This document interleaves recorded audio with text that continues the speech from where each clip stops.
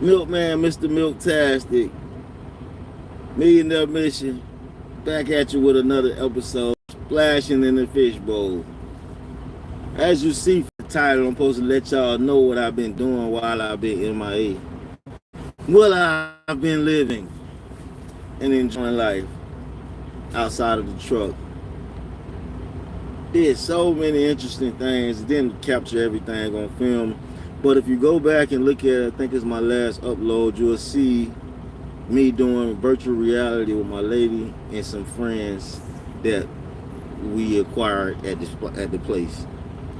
So virtual reality, the Sandbox VR, is very fun. I suggest, like, if you got some friends and family, take your loved one, your significant other, and you go out and you enjoy yourself. Give yourself some survival skills. Because think about it, if it's 6 of y'all, right? And you surrounded on every, like, orifices, everything all around you is being encumbered by zombies. Can you survive without shooting your partner? Because, like, if you got a zombie to the left and a zombie to the right, but your partner behind you and the other partner in front of you, can you shoot without shooting your partner? It's hard to do. I didn't think it was that hard to do, but it is hard to do. I'm pretty sure I took a couple friendly shots from my partners shooting me because they were so paranoid. They got zombie dogs, big ass zombie birds. So I know for sure I took a few friendly shots in the Sandbox VR. My lady enjoyed herself. I enjoyed myself. Basically, life is what you make it. So get out there and make some good memories. Y'all know I don't like to hold y'all up, so we're going to get to it, get to the business. I did most stuff this weekend. I got a pedicure that made my feet feel good. Did a couples massage with my lady. That was real good. She said I was out of there. Z quickly. I didn't know I was that tired. And yeah, a couple more things we did. Mainly enjoying life though. So we in Judges, and right now we on Judges chapter 4. Deborah and Barak delivered from the Canaanites. Damn, what's that dude's name? Kendrick Lamar say such and such got a weird case. Why is he around? That almost sound like that name because it say Barack.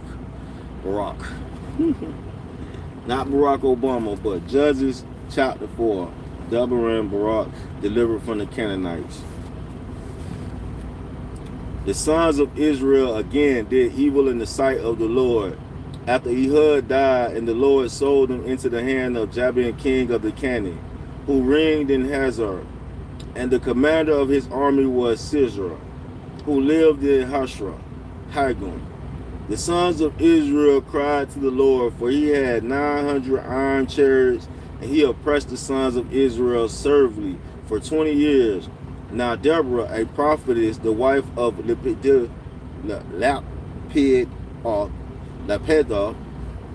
y'all go look at some of these names and you wonder why I'm saying them like that.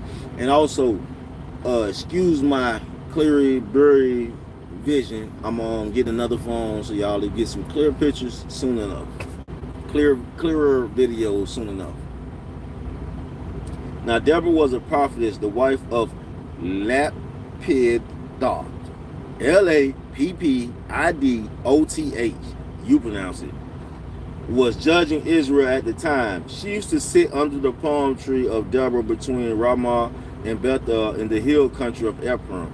And the sons of Israel came up to her for judgment. See, now these are the type of people I was talking about recently when I was saying, like, they have, you know, like the Bible said, don't mess with witch doctors and soothsayers and people that read the sky and all that. I'm not saying she's any of that. What the Bible says, she's a prophetess. So she's connected to God. We're going to say prophetess, right? All right, that's what the Bible says. She's a prophetess. Now she sent and summoned Barak, the son of Abinoam, from Kadesh Naphtali, and said to him, Behold, the Lord, the God of Israel, had commanded. Now this man just pulled up after me, but he going before me. That's the type of stuff I be talking about. But it's all timing, and I am here pretty early, like 7 o'clock. My appointment at 10. So if I had to wait till 3 hours, it's just I gotta wait. I'm gonna get some more rest in, so I ain't tripping. And I get to read y'all some of this word and get some financial IQ and probably handle some more business while they're down too. Back to the word though. Behold, the Lord, the God of Israel, has commanded, go and march to Mount Tabor, and take with you 10,000 men from the sons of Naphtali, and from the sons of Zebulun. I will draw out to you Syria, the commander of Jabin's army, with his chariots and with his many troops, to the river Kishon, and I will give him into your hand. Then Barak said to her, if you go with me, then I will go, but if you will not go with me, I will not go. She said, I will surely go with you. Nevertheless, the honor shall not be yours on the journey that you are about to take, for the Lord will sell Syria into the hands of a woman. Then Deborah arose and went with Barak to Kadesh. Barak called Zebulun and Naphtali together to Kadesh, and 10,000 men went up with him. Deborah also went up with him. Now Heber the Kenite had separated himself from the Kenites, from the sons of Hobah, the father-in-law of Moses, and had pitched his tent far away as the oak in Zidon, which is near Kadesh. Then they told Syria that Barak the son of Abinah had gone up to Mount Tabor. Syria called together all his chariots, 900 iron chariots, and all the people who were with him, for Haseth Hagon, to give the river Kishon Deborah.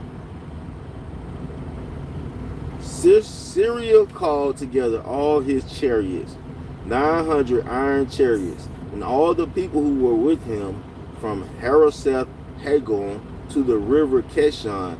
Deborah said to Barak, arise, for this is the day which the Lord has given Syria into your hands. Behold, the Lord has gone out before you. So Barak went down from Mount Tabor with 10,000 men following him. The Lord routed Syria and all his chariots and all his army with the edge of the sword before Barak, and Syria aligned from his chariot and fled away on foot. But Barak pursued the chariots, the army, as far as Haseth Hagon, and all the army of Syria fell by the edge of the sword. Not even one was left. Now Syria fled away on foot to the tent of Jael, the wife of Heber the Kenite. For there was peace between Jabin the king of Hazor and the house of Heber the Kenite. Jael went out to meet Syria and said to him, turn aside, my master, turn aside to me, do not be afraid. And he turned aside to her into the tent, and she covered him with a rug. He said to her, please give me a little water to drink, for I am thirsty. She opened a bottle of milk and gave him a drink. Then she covered him. He said to her, stand in the doorway of the tent, and it shall be, if anyone comes and inquires of you and says, is there anyone here, that you shall say no. But Jael, Heber's wife, took a tent peg and seized a hammer in her hand and went secretly to him and drove the peg into his temples. And it went through into the ground, for he was sound asleep and exhausted, so he died. And behold, as Barak pursued Syria, Jael came out to meet him and said to him, come, and I will show you the man whom you are seeking. And he entered with her. Behold, Syria was lying dead with the tent peg in his temple. So God subdued that day Jabin, the king of Canaan, before the sons of Israel. The hand of the sons of Israel pressed heavier and heavier upon Jabin, the king of the Canaan, until they had destroyed Jabin, the king of the Canaan. And there you have it. That is Judges number 4. So God helped Barak and Deborah. They were still conquering land. Or they're currently still conquering land. And, you know, I was thinking, like, why you don't Bible read when you be off duty? And because I sort of be, like, living life when I be off duty. But I'm gonna start incorporating and trying to get the Bible going when I be off duty too, because God has just been so good. Like, despite all the problems and issues that life may have, that life may throw at you, God is still into the business of blessing. And I can't just be out here like I'm stressed when I'm blessed. No, we are very blessed. All right. So we increasing our financial IQ, and it said a new set of rules. Personally, I am not trying to change the system. My personal philosophy is that it is easier to change myself than to change the system. In other words, I am not a person who battles the wind that drives windmills. Hence, I am not a politically inclined. I don't believe politics or politicians are effective against those who run the world of money. It seems that most politicians, in order to be elected, need to be pawns of the very people who control the world's money. Most financial advisors are employees of the world bankers. I simply want to know the rules and play by the rules. This does not mean I believe the rules are fair or equitable. They aren't.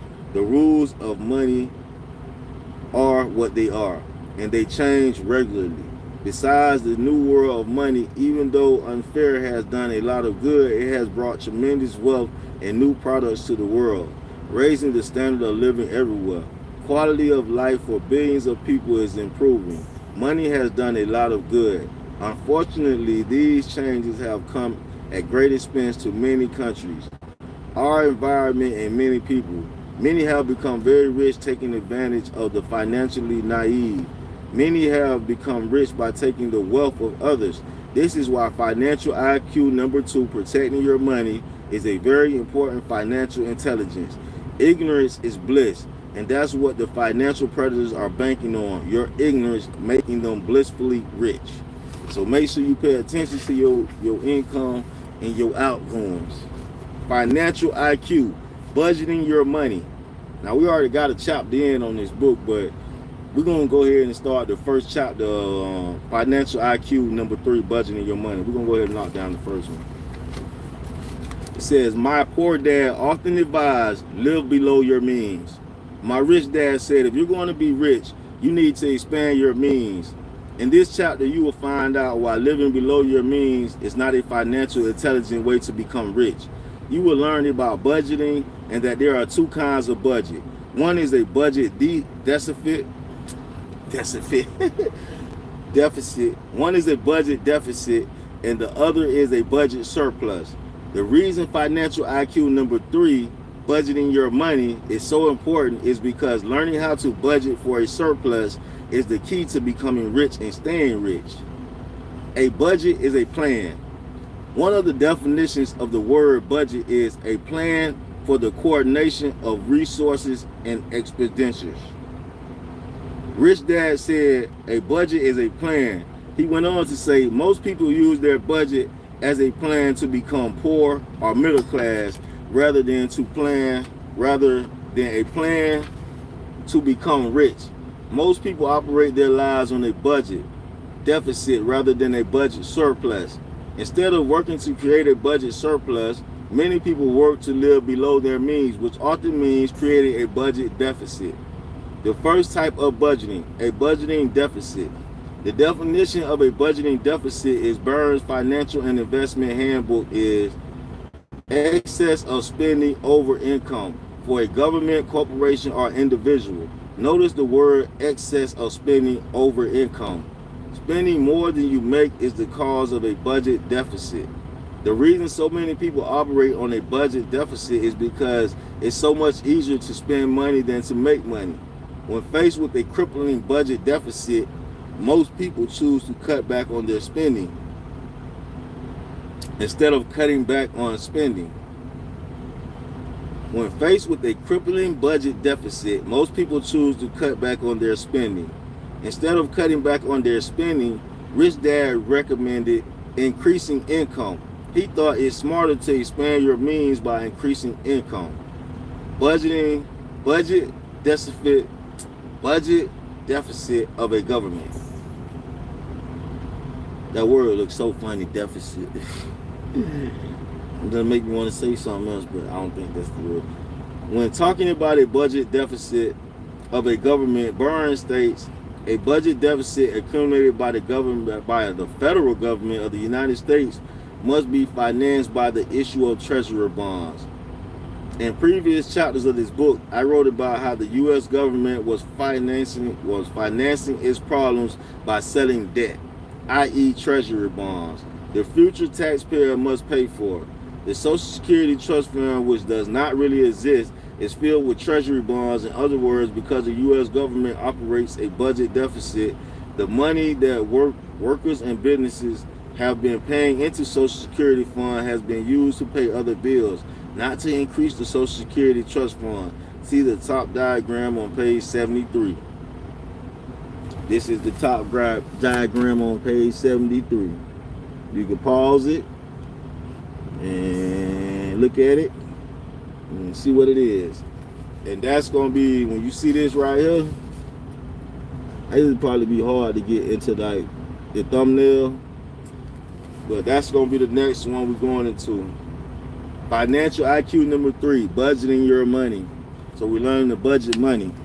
And for anybody that watched that VR video, because I see y'all kind of like that video, I'm going to actually post, probably a little bit later, I'm going to post a clip showing y'all what we were seeing in the VR headsets. So y'all think we just walking around shooting and looking crazy, but when you see what we were seeing, you're going to see zombie dogs, fucking zombie birds, all kind of zombies, and you got to survive. And that was like a workout / a really good time, and I can't wait to do it again. So yeah, more activities on the way. So I see y'all like the activities. We're gonna find some more activities to get into that maybe we can record and upload to YouTube. All right. It's a Millionaire Mission. Make sure y'all follow the clothing brand on IG. Just put it in 1 Millionaire Mission Clothing, and you should see it. Make sure you follow. DM me if you wanna order some shirts. And also, I wanted to put this out there in the atmosphere. If you're watching, no matter what state you're in that you're watching to, most states have an attraction or something, some type of activity that, you know, out-of-towners can come into and get into. So let me know what state you in. Drop it in the comments what state you in, what activities they got in your town that I can come there and do, or that you've been wanting to do but you ain't been able to get to. Let me know what that town is, that state is, that city, that activity is. $150, you and your lover can go do the Sandbox VR. They say you need like 4 to 6 people though. So just let me know what state you in, what city you in, what activity you would like to see me participate in, go find out about, go do, and I'm gonna go do that, because we in the city, we on this truck, so we trying to get outside the truck in your town to see what kind of activities you got, so we can go put down and see if we can have some fun in your town. That's right, I'm coming to your city, I'm coming to your state. So make sure you put in the comment what city, what state you in, and what activities I need to do when I come to that state. I'm trying to get outside. Millionaire Mission, we outside with it. Make sure y'all DM me and order y'all shirts. Make sure y'all drop down in the comment section where y'all from, what state, what city, and what activity I need to come to that city and do. And I'm going to come do that. We outside with it. Yeah. Millionaire Mission, baby. Don't forget it. DM me the order.